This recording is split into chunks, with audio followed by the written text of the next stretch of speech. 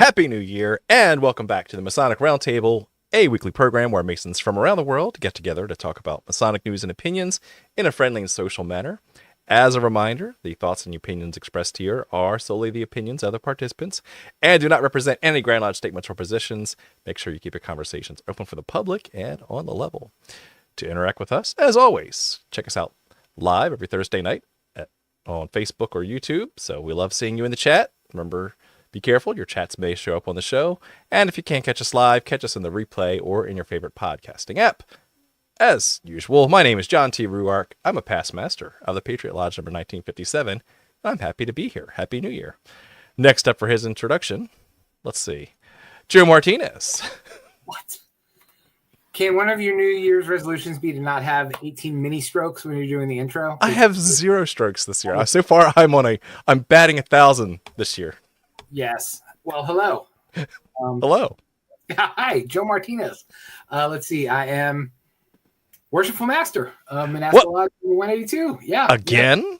Yeah. We talked about that. All right, settle down, buddy. Yes. In fact, I am, for the thrice and final time, Worshipful Master of Masonic Lodge number 182 in Manassas, Virginia, member of other things and stuff. And as always, damn glad to be here. Never say never. Awesome. Robert Johnson, how's it going? Is like, 2025. I don't know what a mute button is. Robert Johnson, past master of Space Novum 1183, premier education lodge in the state of Illinois, as well as a current sitting secretary of both Space Novum and my mother lodge, Waukegan 78, and the host of the Whence Came You podcast. And as my lower third says, Masonic Podcast Grandpappy. So one that you've birthed has now also birthed another one? Yeah. Is that how that works? Well, I think I just started to go into Trump. I was like, sorry. We have the best podcasts. All the podcasts. Yeah. Glad to be back. New year. Glad to see you. Awesome. New year, new RJ. Yep. We have a new Jason. Jason Richards. Hello. Ooh. Jason Richards here, past master of Acacia Lodge number 16 in Clifton, Virginia, from the Mobile Masonic Command at an undisclosed location. Which is not Disney World, like one would say. No. But great seeing you. Happy New Year to you guys. You too. That's great. All right, let's do this thing and especially thank the patrons who support the show, because without you, we wouldn't have made it to 2025. I'm just saying, we wouldn't have made it. Masonry would have died. The title of the title of this episode, New Year's Resolutions, Part 10. A decade of failing at our goals. I love it. Well, as John Ruark would always say, you just got to do 1% better than you did last time. Kaizen, baby. There you go. The problem is, if you do 1% a day, a third of the way into the year, you've maxed out. Yeah. You're like 300% already. Yeah. But then you just start taking 2 steps back so that you can take more steps forward. You see? You got to make room to create. Exactly. That's right. Yeah. That's the plan I'm on, the 2 steps back plan. It's a good plan. You're on the 12 steps plan. All right. Thank you, patrons. You guys are awesome. Thank you for supporting the show. Let's see. We also have... We're going to cut this segment out this year, or are we going to keep this tarot card of the week thing? I don't know. Give a shit. Okay, well, you know what? I think we'll keep it in. We're going to go ahead. We're going to play the bump and welcome back the tarot card of the week. So, Joe, this is for you, especially. Tarot card of the week.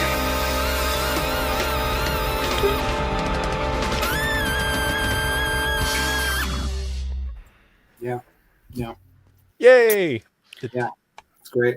I'm going to mix a new one because I still have all the uncompressed audio.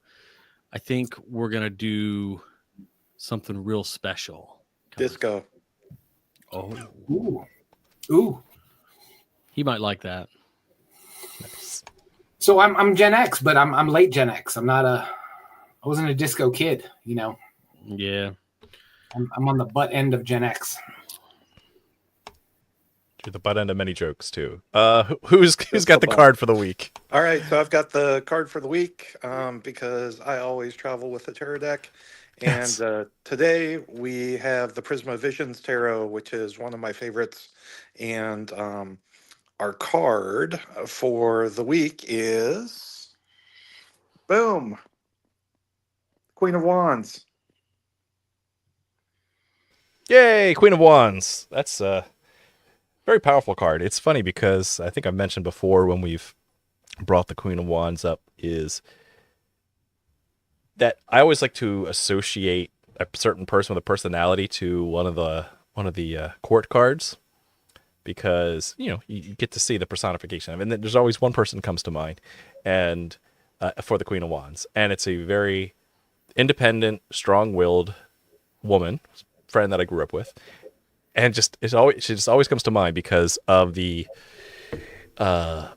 take no nonsense feminine energy that she has, and that's what this card evokes out of me. So, What's how her about you, name? Joe?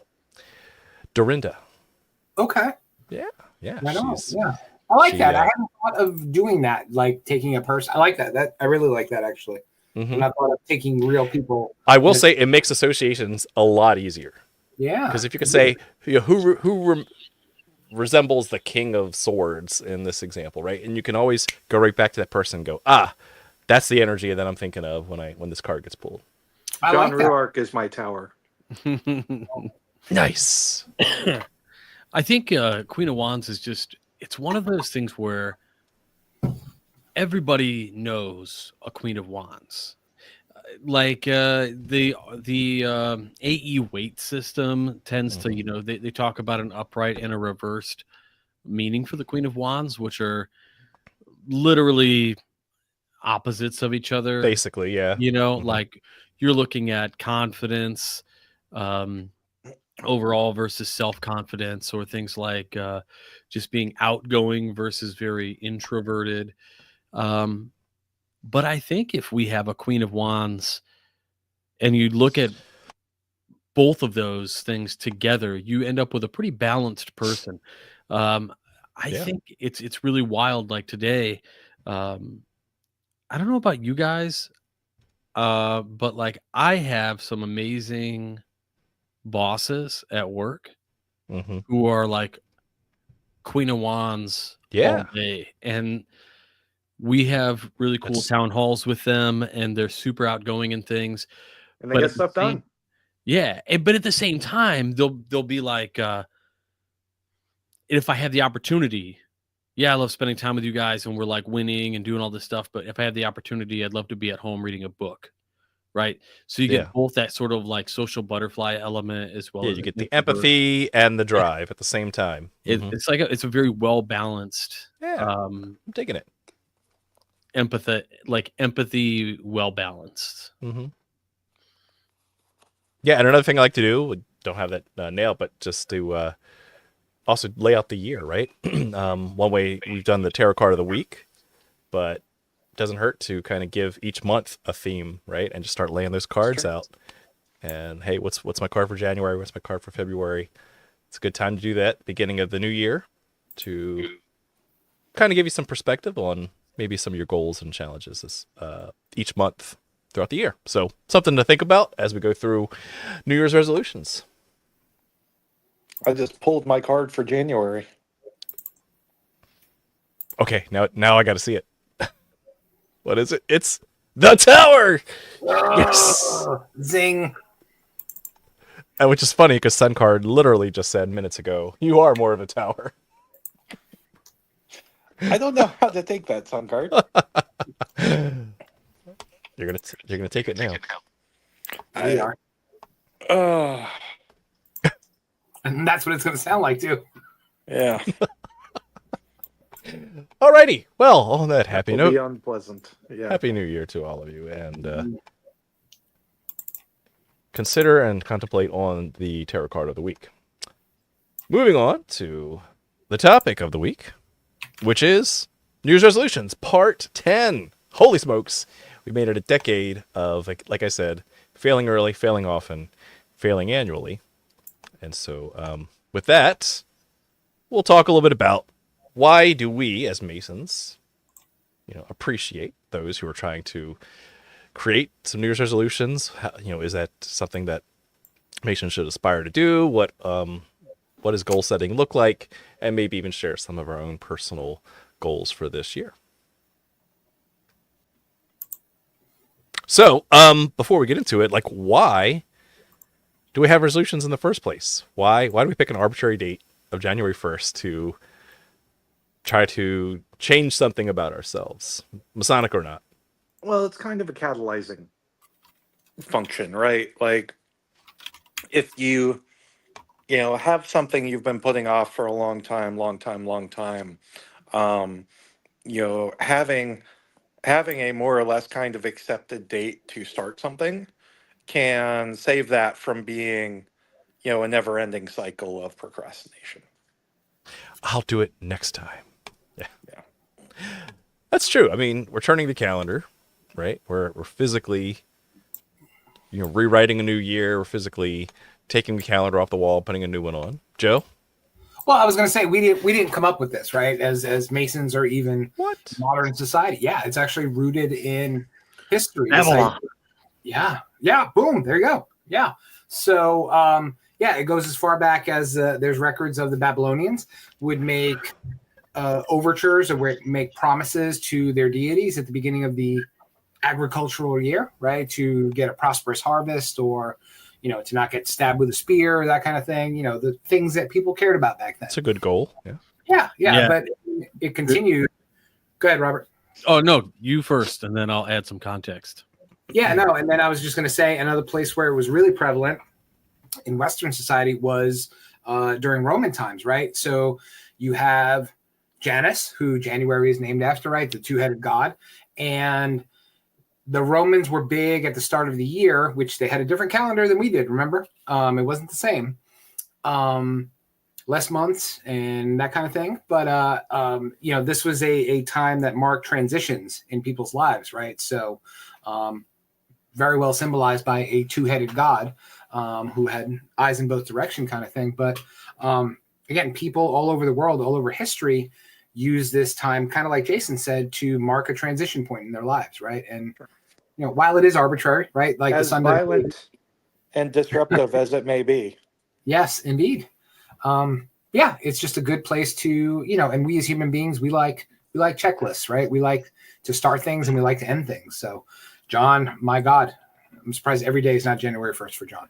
But You're not wrong. John has an entire calendar up until the day he dies. he doesn't. John is the reason why there's that guy making millions of dollars off of the whole year, one big calendar. There's I've seen on TikTok the big A calendar. Yeah. Someone's selling the whole full year calendar. I've like been this close to like hitting the button on TikTok Shop, but Yeah, I show some restraint. Do Yeah. it before January You got to 20th. do it before the ban takes place. that's That's right. true. Yeah.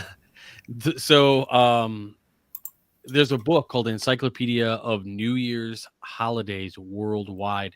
It's by William Crump. You guys grab it up on Amazon. Maybe we could put a link in the show notes or whatever on Facebook. But it's really cool. Some of the things that they talk about are the Babylonian. So as Joe mentioned, all of the New Year's stuff kind of does tie back to food and crops and things. So first they look like one of the first things that comes up when you look at where we get this is Egypt. There's the book. Yep. And then before Egypt, 4,000 years ago, they talk about the festival of Akitu, a Babylonian festival, which was on the first new moon of spring. And they honored Marduk, their supreme god, his son Nabu, and the other deities who watched over all the people. And so they say that I'll just quote this from the book. For the king, this included a humbling ceremony in which he was stripped of his regalia, struck across the face, and dragged by the ears by the high priests to atone for any sins committed. It's believed the rest of the common folk spared of such physical punishment, and instead engaged in a prayer promising that they would repay their debts and otherwise conduct themselves in sterling fashion to please the gods. So this is thought to be perhaps some of the first promises to be better for the coming year. Now we've moved on from springtime and the new moon, and we've put it at the this mark of this nexus every year, to celebrate the new year. It's pretty cool. Pretty cool that we've been doing and making and breaking promises for 4,000 years. Right? It's the thought that counts, maybe. We should start dragging people by the ears. Yeah. That would Don't actually strike solve a me lot down, Marduk. May Marduk strike RJ We're down. just so good at failing. Humans, it's what we Yes. do. Yes. Yeah, I love that. So again, it's not unique to modern times. It's not unique to Masonry. It's not unique to the past 2 millennia. It goes back even further than that. But because we see the cycles of the seasons, and so there's always a good time to try it a little bit better next time, right? As we go, if you got a bad harvest, you want to have a better harvest the next time. So it makes logical sense that no matter where we are in the evolution of our spirit and soul, that we've always wanted to try to do something a little bit better the next go around. Yeah. Question for you guys, because I do this practice. I don't know if you guys have ever done this practice. Do it occasionally. Do it every time. Vision boards. Have you guys ever done a vision board? I have in the past. Mm-hmm. Well, Yeah. I keep Having mine the pretty simple. Okay. Yeah, so I keep mine pretty simple. I just have a running like Google Slides thing where I just kind of look at last year, see what I want to tweak. Just kind of like put some little pictures of things that I want to manifest into the next year. Right? Not resolutions per se, but just keep my eyes on the prize, literally and figuratively, and try to figure out what are some of those things that I want to either wish for, hope for, align towards, so that way they come to be in this next calendar year. See, Jason agrees. He loves vision boards. Yeah. And the reason I bring that up first is because once you kind of know where you're headed, your North Star, what your actual goals are for the year, then it helps to set some resolutions to that. Because you can always just go with I want to lose weight, I want to eat healthier, I want to exercise more, I want to be a nicer person, right? But we all know, backed with science, those aren't really good goals, right? So why aren't they good goals at the surface level of just to say, I want to do better, I want to do gooder, I want to lose weight? They are neither specific, measurable, accountable, repeatable, and time bound. Look at you! You sound like a project manager. Yeah. So good. I'm glad you're picking up what I was putting Let's down. talk KPIs. someone just had their one-on-one. Yes. Let's talk about some smart goals for your FY25 planning cycle. It's going to be Monday when I go back to work after the holiday. Yeah. So I think that's a really important part. No matter what your resolutions are, Masonic or not, like if you can actually make them very specific, something that you can actually tell if you achieved it or not, right? That they're actionable, you could do something about it, they're realistic, and they're time bound, that they actually end at a certain time, hopefully sooner. Don't wait till December 31st to see if you've done it. Then I said repeatable. What did I say? Reasonable? Realistic. Realistic, yes. Oh, that's a cop out. I knew what you meant. I was going more of a science-y type of thing. Like, I needs to be like sustainable and Yeah. Well, if I'll give you this, if it's reasonable, it's also repeatable. It's atomic, it's small enough you can. Not necessarily. I'm trying to throw you a bone, Jason. Take the win. He's too self-deprecating for that. Like, not going to happen. Actually, I failed miserably on that one. Oh man. Like if your goal in the new year is to undergo a circumcision, you may think that is reasonable, which is fine, but it is not repeatable. That's okay. Fair enough. Yes, it is. To say. Yeah, you could. Yeah, you Could you just shave a few inches off the top? That'd be great. You just David, like a fade. I you like know? David. like a low cut fade. You mean a low taper fade? I didn't start. Well, I didn't start this weird road we're going down. So Oh my goodness. This is bad. This is bad. This is out Things are gonna David's like most people. My New Year's resolution is not setting any New Year's resolutions, right? At some point, failing to plan is planning to fail. No matter where you go, there you are. here you are. Yeah. Yeah, thanks, Douglas. What is this, recall? Okay. So this is a big trend that's begun to take hold, I think, with a large swath of the population. It's this idea of no goals. And I kind of like that idea, but at the same time, I really feel like it eliminates this idea of reflection. And then maybe the reason why we don't want to set the goal is some sort of fear that we're going to have to come to, come to terms with the idea that we have failed in some way. Yeah, accountability, right? Mm-hmm. Well, it's the accountability, and it also takes away a bit of self-empowerment and Mhm. self-determinism, right? Mm-hmm. Like, you can be a total kind of fatalist and be like, well, what's going to happen is going to happen. It's kind of stoicism to the extreme. Yeah. But you lose, your ability to, empower yourself to make change and hold yourself accountable to that change by just not making those goals. Well, I could go ahead, Joe. No, all I was going to say was, I mean, it's. I don't know about the. Yeah, you really struck a chord when you said the fatalism thing, right? Because even, and we're going to talk about stoicism for a second. I mean, even in stoicism, it doesn't say be a lazy POS, right? That's not intrinsic to it, right? It's.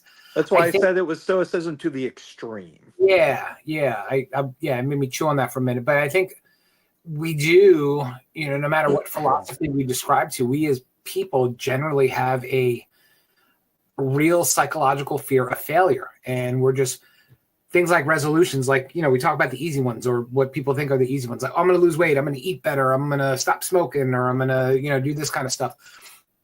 We have this psychological need to not fail at things, right? So creating these things for us to set ourselves up for failure is scary as hell to the human condition, right? And it gives people anxiety. It makes them realize their shortcomings and their mistakes and that they're flawed people. And who the hell enjoys just turning that inward eye and saying, holy crap, I'm really flawed?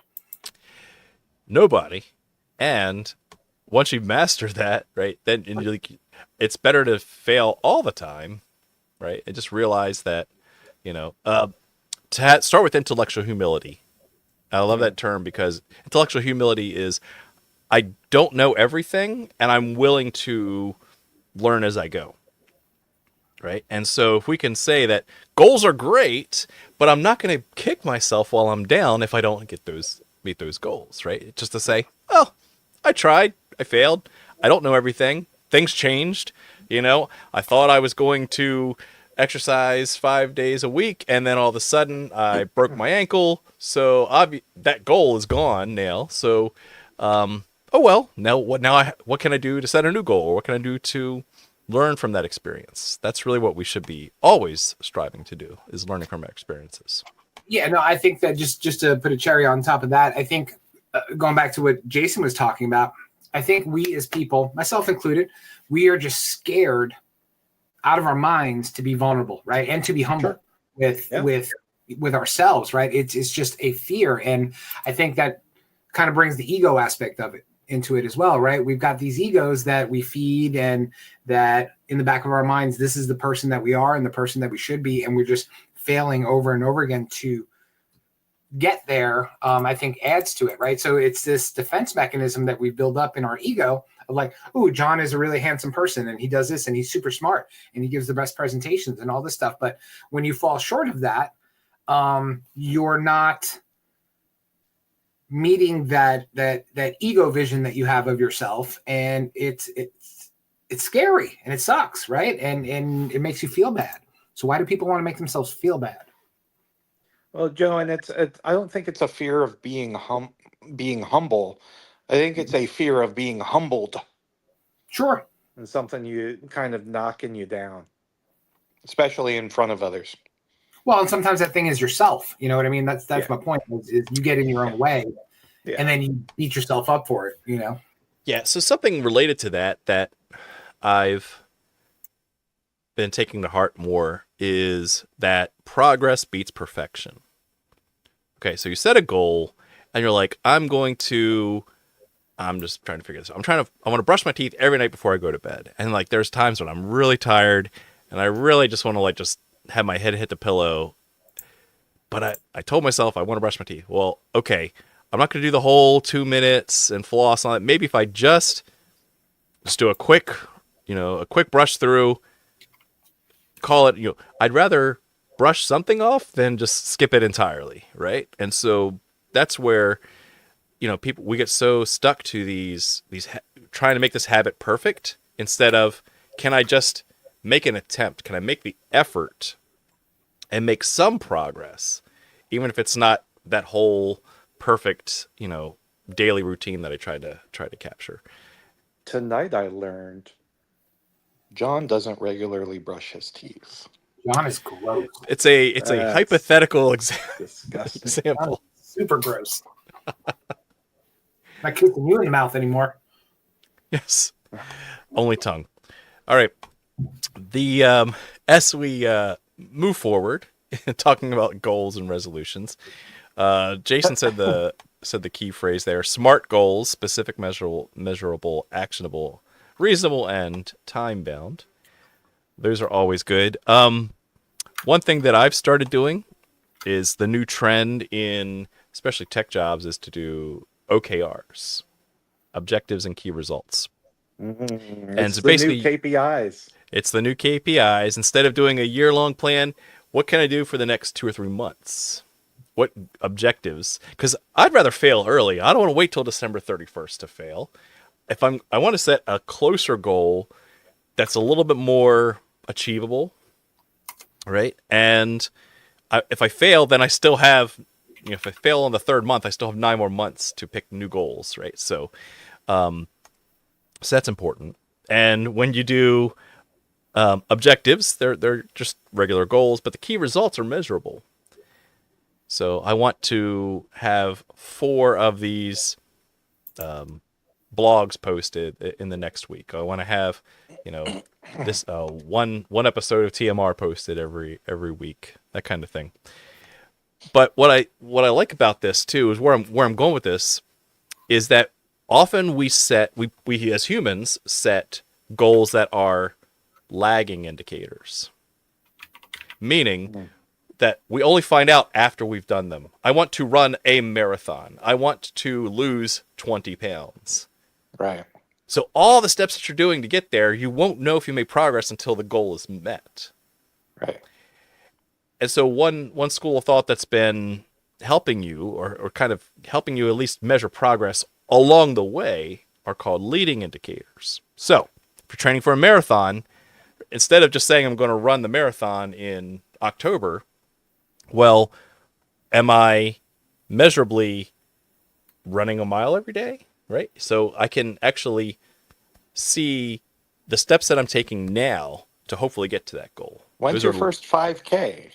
Right. When's your first? Can I do a When's your 5K first before 10 I do? miler? Yeah. Yes. Those are leading indicators that can tell maybe it's not the whole goal yet, but what are those things that I can measurably show that I'm doing that's going to get me there? That I'm doing They're now. many lagging indicators. Fair enough. But It's yes. like Agile just being baby waterfall. Yes, exactly.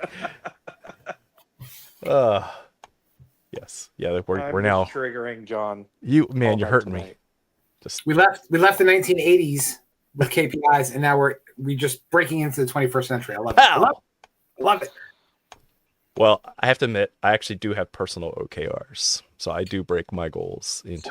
So I was not going to goals. figure it out because of what you just said, but when you were talking about vision boards, I'm like, you know what? I don't have a vision board, but I do have my own freaking personal OKR list. Yes, My man. Yeah, I knew I liked you. yeah, but yeah, no, I hate the whole traditional KPI concept. I'm a big OKR fan. Been using it for years in the business world and been using it personally for Nice. at least 7-8 years. But yeah, because all of those things there's a lot more instant gratification with OKRs, and you can actually see positive results instead of waiting for that end goal that you were talking about. So like when I'm going at it with people that I work with, when I go over their objectives and we break it up into sub objectives and all that stuff, it's like, oh crap, I'm making progress. This feels good, right? As opposed to the year end. Well, you didn't do this and you only did this 95% of the time, so you're kind of sort of okay. It's defeating, but yeah, no, I'm a big OKR proponent. Nice. That's awesome. Yeah. I also like the Google model where when they started using OKRs, they wanted people to only hit about 60% of them. Well, that's the thing too. They're not meant to, right? They're not meant to be 100% achievable all within that. It's the companies that really embraced it and I'm trying to think of some books. There was one book that really got me turned on to OKRs, and then I just started reading a bunch. I'll find the book while I know there's a John Doerr who was kind of the creator of OKRs. Measure What Matters, I believe, is what it was. That's it. Yep. Boom. Okay, let's bring that up for the audience here. And if that's the book that has, it's got excerpts from like the heads of really big companies that started. And how it changed their company positively. Great book. Yeah. So totally recommend that. Measure What Matters. That's John it. Doerr. And what I like about it is, I mean, he's kind of the creator, quote unquote, of OKRs, and he gives you multiple examples of, I mean, it's more business focused, but it's very easy to convert to personal goals as well. I'm a big fan of OKRs for personal goals because, like Joe said, you can at least bring the finish line in a little bit closer. And that way, if you're like, okay, crap, I didn't get that done by March. Okay, I can hit the reset button. I can take what I did do and learn and try to set a new goal. It's not every January 1st. And as we all know, you give up your exercise on the third week of January, and then you're like, well, I guess I'll wait till January 1st of next year and start over again. No. Good plug. Good call. Now, RJ, I know that you have said in the past on previous New Year's resolutions episode, you're not a huge fan of setting resolutions per se, or at least in the typical way. Yeah, I like to just kind of go with the flow. And I suppose, in a way, they're kind of like OKRs in spirit. I mean, every day, like if you're trying to, let's just go with what, the most generic thing ever, lose weight. You got to get on the scale every day, buddy. What gets measured gets done. Yeah. Yeah. Like if you don't get on the scale, then you don't know the progress you made. And then like if you wait a day and a half and you get on the scale and then it's like 2 pounds heavier than you were 3 days ago, like, you're going to have like this kind of like, oh man, Just water weight, man. like you should just do yourself a favor, get on the scale every day, whether you want to or not. And try to do it around the same time every day. And you know what? Do it naked. Right? Get on your scale naked. Get rid of the extra ounces so it's just you. Do it after you go to the bathroom even. We all know what I'm talking about. And that's the kind of thing that's the kind of like OKR that's like legitimate real world OKR. It's like a little bit of progress every day. You can celebrate those little wins, those ounces, those pounds. You don't have to be like, oh, weigh myself in 6 months and discover you lost 10 pounds, or maybe your goal was to lose 10 and you you gain 12. Shoot. That sucks. That would suck. Like you need some sort of a, daily kind of feedback. And I think for me, a lot of my before and after the bathroom, my man. I just lost 2 pounds. Yeah. Thanks, Chipotle.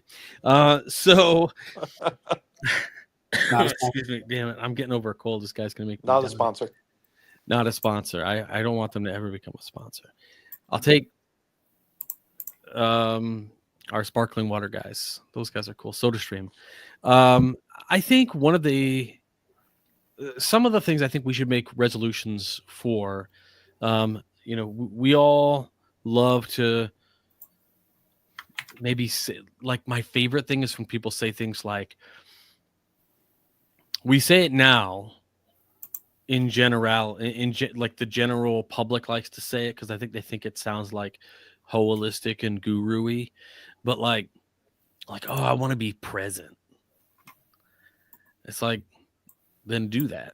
Yeah. Like, why do you need to set a friggin' goal for it? Yeah, you sound to me like those guys that are like, I don't know what everybody's talking about. When I wanted to like quit smoking, I just quit. I just said, I'm going to quit today. And then I never smoked another cigarette for the rest of my life. Yeah, I mean, I get it. That's different. That's a chemical addiction, right? Right. But there are people that have done it. But it's to your point. It's like the power of like, well, just do it. Like, don't go through the extra meta steps of creating vision boards and goals. If you're like, hey, I just want to be a better person, I'm going to start right now. Buck? Yeah. Right. So Uncle Buck first shows up and she's like, oh, you're on cigars now? And he's like, yeah, I'm on the 5-year plan. I stopped smoking cigarettes. I moved to cigars. I'm going to finish the cigars. I'm going to go to the chew. When I finish the chew, I'm going to go to the patch. And when I'm done with the patch, I'll go to the gum. And she's like, oh, okay. Like, this is incremental step down. Just do it, man. Like a lot of the goals that I'm thinking about this year. I mean, I talk with my wife about this stuff, and she's like, "You are absurd." And like, I joked online quite a bit. How so? Okay, well, like one of my goals this year is legitimately to just go buy a tracksuit. Achievable. It's specific. It's Totally measurable. achievable. It's actionable. When are you going to buy that tracksuit? That's your time bound. My Isn't goal it is to have a reasonable, though? tracksuit by Masonic Week, by AMD Week. I'm gonna have a tracksuit. February 9th, you're going to have. Get a green one with, I want 3 Adidas white stripes. Yeah, so like that's a goal I have. I mean, I took notes on my goals on January 1st.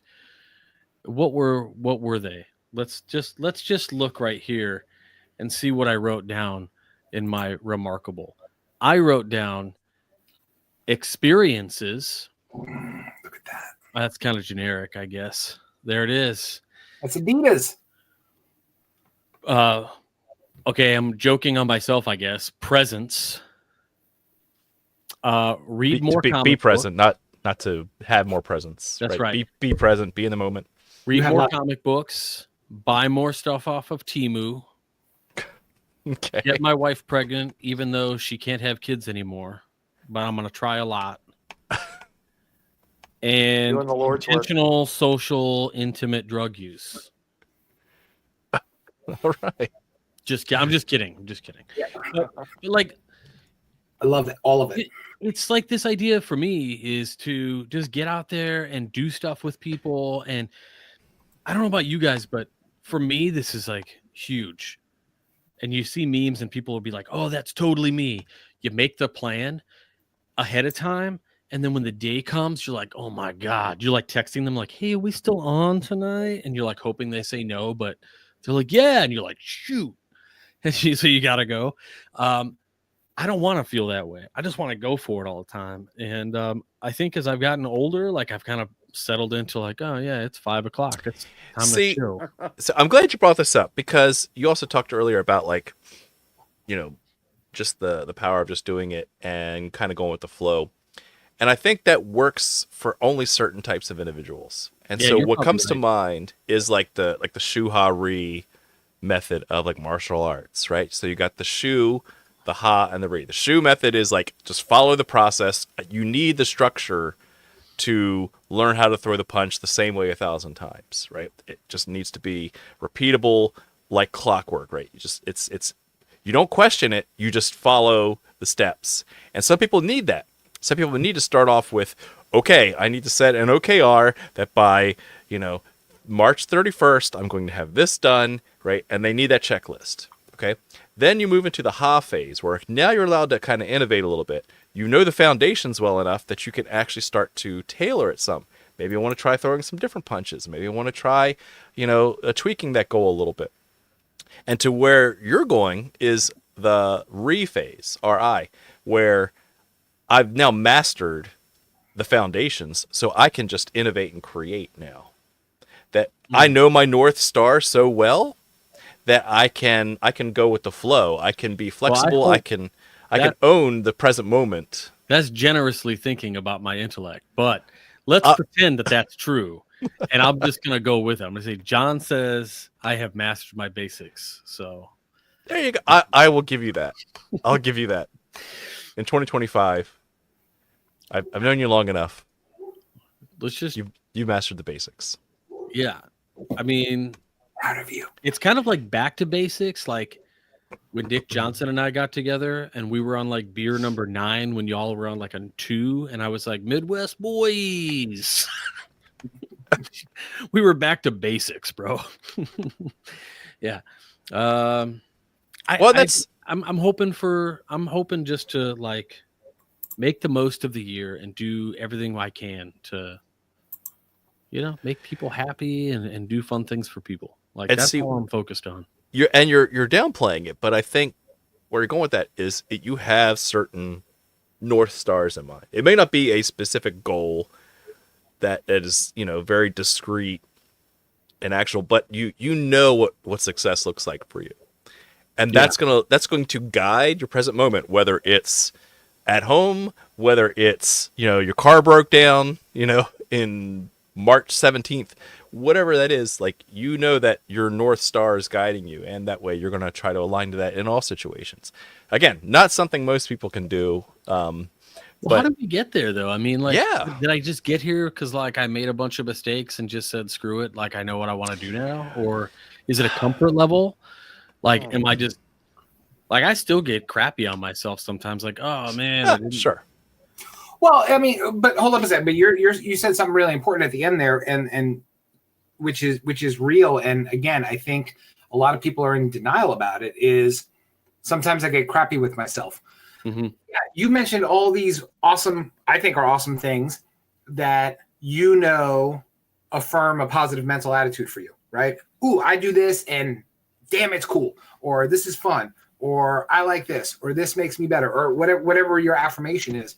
But at the end of the day, you are taking a minute to turning that eye inward and saying, oh, I kind of suck, or this needs to change, or, it's that realization that that. Yeah, that's fair. I guess Is that experience, or is that age, or is that just exhaustion? That I don't know, but that's like the iceberg, man. Like I'm always thinking like, oh, it's just because of this. But yeah, there's probably some deep seated like feelings driving all that. oh yeah. Ogres are like onions. They smell bad. Give No. everybody gas. They make like you par- cry. They're like parfaits. Some are sweet. And the Shriners love to sell them. Oh, Moving on. Okay, let's talk about, in the last remaining minutes, do we have any specific Masonic New Year's resolutions or others? Anyone at all? I'll do.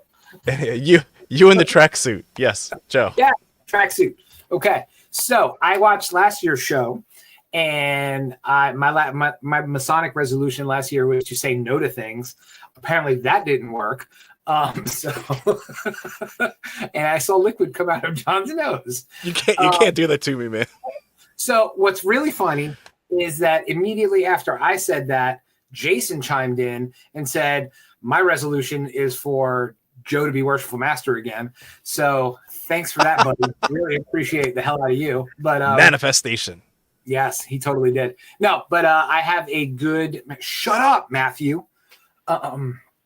Yes, but I do have one, and I'm really excited about it because it's been fun, and it's fun for people who think they're not going to have fun, but they end up having a lot of fun. But my Masonic resolution is to bring new people traveling with me Masonically. So if we go to another state or we go to another jurisdiction, I want people. Now there's brothers that love traveling and will travel with me. If I say, hey, we're driving to North Carolina on Friday, cool, I'm there. But I want to bring people that never say yes to going, and I want to get them out of our lodge and into another lodge, whether it's 30 minutes away or 5 hours away, and I want them to experience that. So that is my goal this year, is to bring new people who've not traveled with me before to a new lodge. Love it. I am just I want to learn more rituals. So I already do a lecture in every single degree, but I really want to nail down some awesome lecture, specifically second section, third degree stuff. Like I've done a lot of lecture work that's like longer, but I've not done dramatic stuff. And so I that's what I want to try to dig in this year, and then hopefully be able to take a part in some sweet degrees. So that's my goal, along with getting the minutes out, within 48 hours of a meeting. You've got to get the minutes out. Yes. Y'all probably don't understand in other places where you got to read the minutes, then accept them in the meeting. But like in Illinois, we have the meeting. There is no reading of the minutes at the end. And then what is this magic? I send those minutes out electronically as a draft before the next stated meeting. And then at that stated meeting, they get voted on to accept them or amend them then. So what about the brothers who don't have access to a computer? Oh man. Well, then they can say, I'd like to read the minutes, and I'll have to read them if they're present. If not, oh well. If they're present. Okay. If they're present.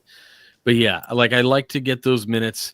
That's one thing I think that's the one good thing about doing the meeting minutes right then and there, is the fact that you're kind of getting the information right now, but it doesn't really solve the problem of if an event is happening and they're in the minutes, still nobody knows about it unless they get the email. It's a lagging indicator, yeah. Or come to a meeting, maybe that'll work too. Yes, that would work. So go to some Masonic meetings. Yeah. So how about you, Jason? I have two Masonic resolutions. The first is I'm resolving to learn the funeral service. Oh, cool. Yeah. So not enough brothers know that. I promised Brant, one of my past masters at Acacia, that I would learn it, and I need to make good on that promise. The other resolution I have is to get more plugged into a local lodge. It took a good bit of time off, and just with work and family and everything. Yeah. Mm-hmm. And so I'm the Tyler at Manasseh, and so my goal is to be more plugged into and giving more of a damn about the work that Manasseh is doing. Well, you're doing a great job so far, my friend. You're just started, though. There's fail early, fail often. Yes.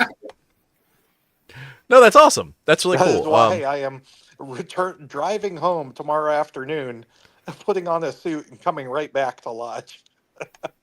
Nice. Keep it real. That's awesome. No, those are admirable goals in itself, right? That's really cool. I didn't know about the funeral one. It's a good one to work on, because again, that is something that's unique and not many brothers know. So, yeah. Yeah, and I've historically been good with learning ritual, and so yes, you have. Happy to kind of start stretching and flexing those muscles again. Awesome. As for me, I have two. First Masonic goal is get Dad raised. So my dad is a fellow craft. He's working hard on his catechism. He's probably literally still at Lodge working on his catechism right now. And it's a lot of work. It's a lot of work in Maryland. So he's going to get that done. And maybe by the end of February, he will get his catechism done, passed. And then maybe early March-ish time frame, Dad will be raised. A good time will be had by all. So that's the plan. So I saw your dad on Christmas Eve, at the Christmas Eve service at the church that John and I both go to. Mm-hmm. And the one thing he said to me was like, "So, you're coming next year, right?" Nice. I didn't know that. That's funny. Yes, Tom. I'm coming to your raising. Don't want to miss that. It's going to be a No. good time. Yup. So rumor is the Grand Master is going to be there in Maryland. So Ooh. yeah. So we'll see if that pans out. Second goal for my Masonic New Year's resolution, as always, work on a new presentation. Mm. I mean, it's really not that hard to do, guys. Like, as long as you're a Mason, every new year, just say, hey, I'm going to work on one new piece of education that I can give to the lodge. And so last year, I successfully checked that box. I did a brand new presentation on Stoicism and how to apply Stoicism in a very uncertain and accelerating world. Gave that at the Kansas City Masonicon and given it a couple times since. Very proud of it. Learned a lot. Made me a better man and a better Mason for working on it and applying it. So yes, you know what? Challenge accepted. Time to do it again. Time for a new year. Time for a new goal. Time for a new presentation to build. So I actually have, some key results. I only need to have by certain dates. I need to have my topics identified by February 14th, Valentine's Day, and an outline done, sometime by March, mid-March. So that's where I'm going with it. That's my story, and I'm sticking to it. There you go. Wow. Wow. All right, gents. It's that time. We really didn't talk much about our other goals. Some of them are more personal. I got to lose some weight. Got to take some weight off, and I got to exercise more. I got to eat better, be a nicer person. Those kind of things. Without going into any other details, are there any other personal goals that you have in mind that you want to knock off this year? I gotta just piggyback on what you said, John. Sometimes I open my big mouth and I'll say like, "Oh, I'd love to do a presentation on," and then somebody calls you up and it's like, "Hey, 6 months ago you kind of said you had this presentation on this thing." I was like, "No, I said I wanted to do one on it." Yes, I believe in I have a concept of a plan. I have a concept of a plan. Yeah, this recently happened to me, and I pitched an idea to Dago Rodriguez for the SoCal Fraternal Review about the idea of a particular topic. The board was like, I don't know about that. But then he just called me up the other day and he was like, "Hey, we want to see the presentation first." And I was like, "Okay."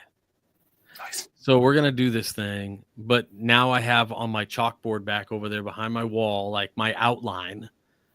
And I'm just like, shoot, what did I get myself into? So I love it. John, you're my Do muse here. So thanks, Do it. boss. Do it. Do it all. Do all the things. Okay, gents. Well, let's bring it home. It's that time. Let's start talking about the question of the week, which is, let's see, what's a good question of the week for New Year's resolutions, part 10. Question for this week is, why set goals if we keep failing them? Joe. Well, I mean, we're horrible at it. We've already admitted that. if you must know, John, it's because we're human and we are not these perfect, amazing beings that some people like to think we are. We stumble and fall through life, and having goals is admirable, but the realization that you're not going to hit all of them and It's part of the human condition. So it's yeah, my answer is it is what it is. But yeah, that's why. Because we're human. Yeah. All right. It's hard. How about you, RJ? What do you think? Why do we keep setting goals if we're just going to screw them up again and again? It has to do, I think, with, I don't want to say human nature. I want to say human survival. The idea of, I mean, just existing today in, the sort of posh environment that, yes, the world largely, we like, what do we say all the time? Like, if I complain about a long line at Target, somebody's like, oh, first world problems. Well, yes. And also, there is this idea that a lot of the comforts that we enjoy today, we do take for granted. And this is sad. This is, this is people who believe they are somehow uh, the ebb of humanity. We have got to continually, I think goals matter. Even if we suck at them, we have to set them because we have to become better than we were.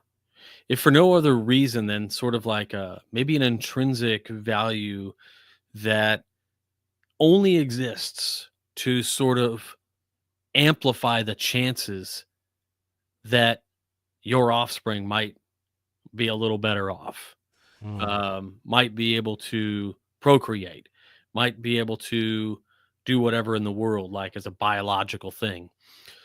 So I think it's built into us to want to do things better. Um, this was something that I think, I've rallied on before with Friedrich Nietzsche and things, but you have to continually strive to do better. Otherwise, what are we, right? But the laughing stock of the future man. I love it. Jason, why can't we be nihilist and just accept that everything sucks? Fatalist. Yeah. So, Joe and Robert kind of went really meta, big philosophical, which is awesome. I think to me it comes down to the fact that we're all on a journey. And that journey, we're in the middle of it. It has not fully been written yet. But there is beauty in that journey and the power that we have to impact what that future journey looks like. And by making resolutions and being intentional about what you want to achieve or what you want to be, um, you are empowering yourself to shape your own journey. And I think that's just critically important, in a fast-paced day and age where we feel like everything is kind of just happening to us or happening in spite of us. Um, I think, goal setting can, you know, in addition to being, you know, part of humans' nature um, or whatnot, I think it's a grounding function that gives us a little bit of power back. Um, and even if we don't fully manifest those things that we are trying to achieve or trying to become, um, there's joy in the journey and there's joy in improvement, vice completion. Yeah. I love it.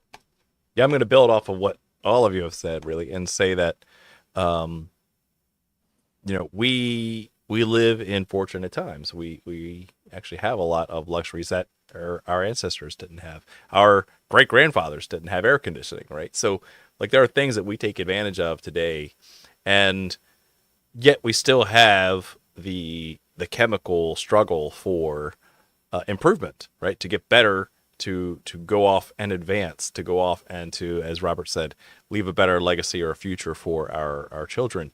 One of my coworkers back in the day said, that the email, the really bad email, has been replaced, has replaced the saber-toothed tiger, right? Where we had to worry about the hunt, where we had to worry about, getting killed around, the next corner. The saber-toothed tiger has been replaced by this nasty email or some sort of struggle that is a first world problem, but yet at the same time, we still have emotional reactions to. We have animalistic reactions to. And at the same time, we don't want to settle for complacency, right? We have a lot of blessings, and yet we still want to set new goals, still want to be better than where we are right now. And I think that's something that, to the human condition, like RJ said, is something we should continue to strive for. It's something that we should, especially as Masons, try to do good unto all and try to improve society and ourselves along the journey. And so for that, I want to hope all of you have good goals, good resolutions, good OKRs, whatever those things are that drive you to be a better person. Hopefully you set those, you try hard, you fail, you get up, you dust yourself off, and you do even better the next time. So with that, I want to thank you all very much for watching and keep searching for more light. Have a good night.